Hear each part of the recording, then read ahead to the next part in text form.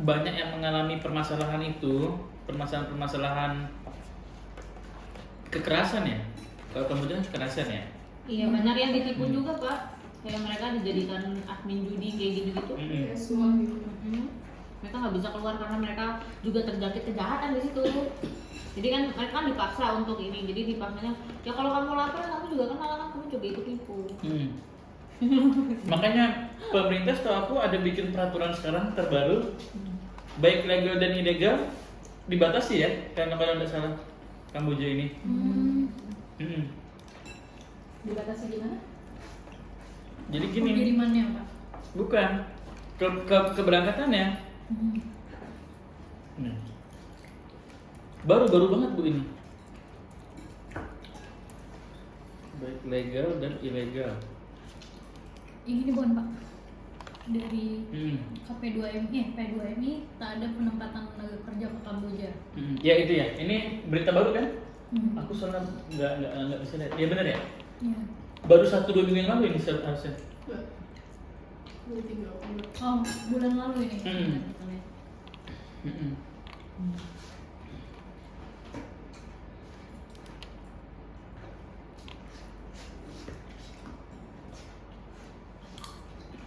Tapi apa pemerintah Kamboja tahu berita ini Pak? Harusnya tahu nggak sih Pak? Dari tindakan mereka, pemerintahnya ada nggak ya Pak?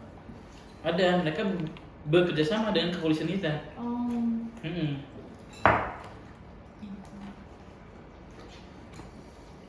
Tapi yang namanya kejahatan ini kayaknya kita selagi terlahir di alam manusia ini Pasti ada ya Pak? nggak bisa sampai habis bersih gitu ya. Jadi memang langkah-langkah yang harus dilakukan adalah preventifnya. Dari diri sendiri dulu. Preventifnya. Nanti Stopo ini saranku fokus di itu aja. Preventif aja. Preventifnya. Karena kalau sudah perlindungan itu udah yang ini loh. Kompleks ya Pak? Benar, susah ya.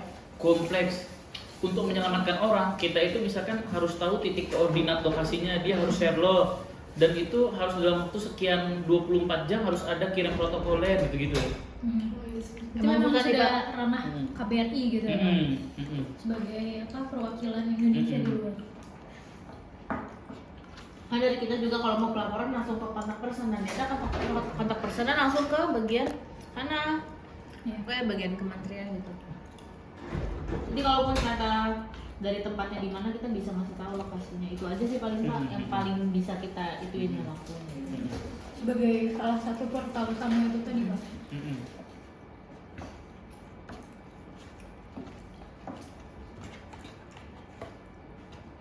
Ini sambalnya udah levelnya.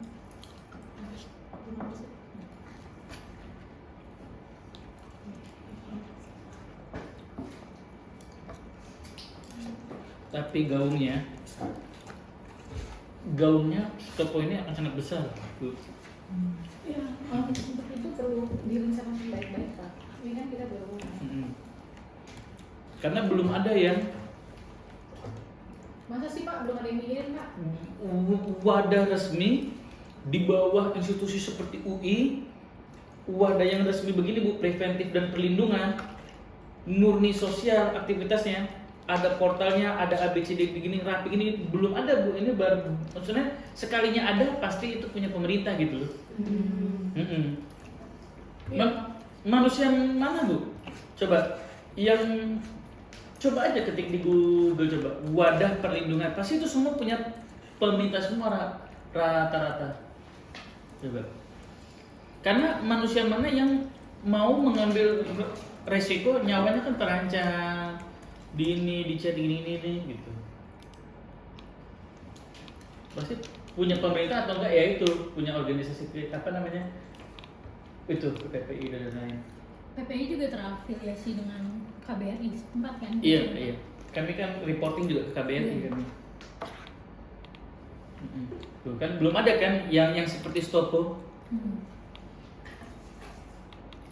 PPI ya benar. Kan ya karena PPI kan kayak BEM-nya lah ya, yang membantu kan gitu. Iya.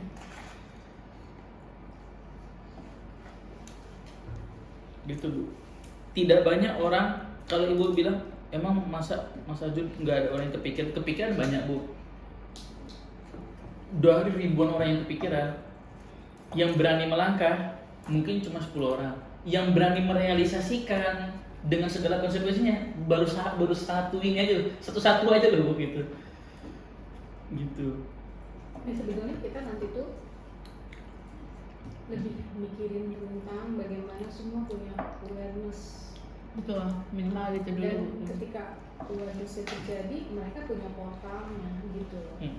Ketika mereka mau apa misalnya diedukasi untuk satu hal, kita bisa menyediakan platformnya gitu loh, ada di sini ke sini gitu tuh terlalu dipikirin, artinya terlalu banyak sampai penyelesaian, makanya kita nggak sampai ke kuratif, nanti akan kita ini kan gitu, karena tentu sebagai akademisi Langsung kontak person aja Bu. kita nggak punya perangkatnya Pak, supporting staffnya ya kan. Makanya kerjasama dengan itu sangat baik dengan KP2M ini Pak. Kalau perlu memang awal tahun ya. Nah problemnya lagi sebetulnya di dunia pendidikan ini juga support funding juga perlu kita temukan Pak. Nah ini kan perlu mudah-mudahan Pak Adi juga punya itu kontak mana yang bisa biasanya menangani itu.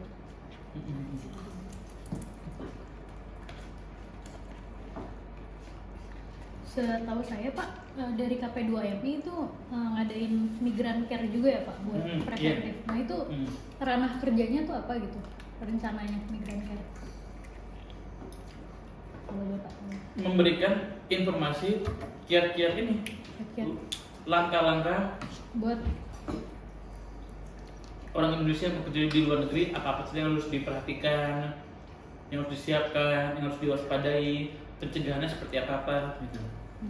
Berarti fokusnya memang ke PMI-nya ya Pak, bukan belum ke bagian masuk TPPO-nya secara khusus gitu ya Pak?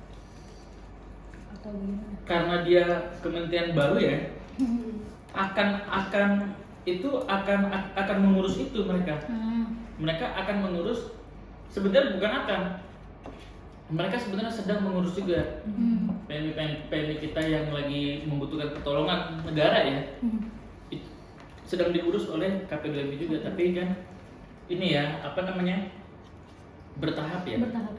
Bertahap step by step. Karena memang sebanyak itu Bu, sebanyak itu yang memiliki yang apa namanya WNI kita yang tersebar di luar negeri itu kan banyak banget Bu. Betul. Banyak jutaan loh ya, overall size-nya itu. Di Malaysia aja ada berapa lupa loh tuh, yang per 2025 jutaan loh Bu. Makasih ya.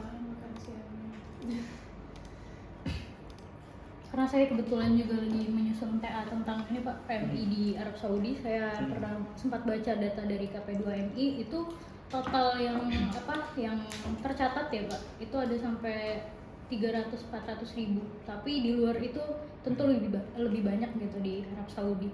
Pun juga Malaysia mungkin ya sampai jutaan gitu ya Pak. 2.500.000 orang dari barusan. Kan itu yang terdata ya Pak. Yang nggak terdata kan banyak juga. Entah visanya habis atau apa kan mereka nggak bisa perpanjang, jadi nggak terdata. Banyak overstay. Bahkan di Malaysia kan ada sekolah ini ya Pak, sekolah penampungan itu yang khusus buat yang Ada nggak ada itu- identitas. Ya maka dari itu Pak, Stopo ini awalnya juga kita fokuskan ke mahasiswa terlebih dahulu. Karena yang kemarin masalah Jerman itu ya Pak, yang mengantarkan kita sampai berbicara dengan Bapak gitu hari ini. Itu karena masalah itu. Kita melihat bahwa mahasiswa itu sebagai salah satu bagian dari masyarakat yang harusnya lebih terdidik, tapi ternyata kena juga gitu kan ke TPO, dan menunjukkan bahwa TPPO ini masalah yang benar-benar kompleks gitu Pak. Jadi mungkin kita mulai dari mahasiswa terlebih dahulu gitu. Notabene kita adalah bagian dari akademisi, setelahnya mungkin nanti ke PMI-nya fokusnya, bahkan sampai nanti masyarakat luas gitu untuk awareness TPPO ini gitu Pak. Karena memang yang tadi sempat Ashel sampaikan bahwa kita juga bila bisa gitu jadi salah satu portal portal perlindungan gitu ya Pak. Tapi fokus kami tetap pada di bagian preventif tadi, karena memang Indonesia ini salah satu negara yang cukup sulit gitu untuk edukasinya juga, karena mungkin banyaknya masalah ya Pak yang hadir, jadi kadang preventifnya tuh amat sangat lemah gitu yang saya tingkat lihat. literasi juga literasi itu yang rendah. mempengaruhi ya. Dari itu kemarin kami juga nih Pak, di bagian tentang kami ada selain rencana strategis ya Pak, yang kita akan bersama peluncuran peluncuran website, kerjasama dengan stakeholder tadi, yang insya Allah mungkin melalui Bapak juga, dan juga program di literasi, edukasi, nanti juga perspektif lain dari mungkin korban-korbannya juga, atau Bapak nanti yang akan masuk, insya Allah masuk podcast kita ya Bu, sebagai aktivis ya Pak di bagian TPPO Diaspora. ini ya, Ya, diaspora betul. dan TPPO, seperti itu Pak. Seperti yang dilihat akademisi yang paling awal kita akan gayat gitu, pun Bapak juga bagian dari akademisi kan, dengan track record Bapak. Selanjutnya stakeholder yang juga akan kami kontak. Sangat kompleks namanya.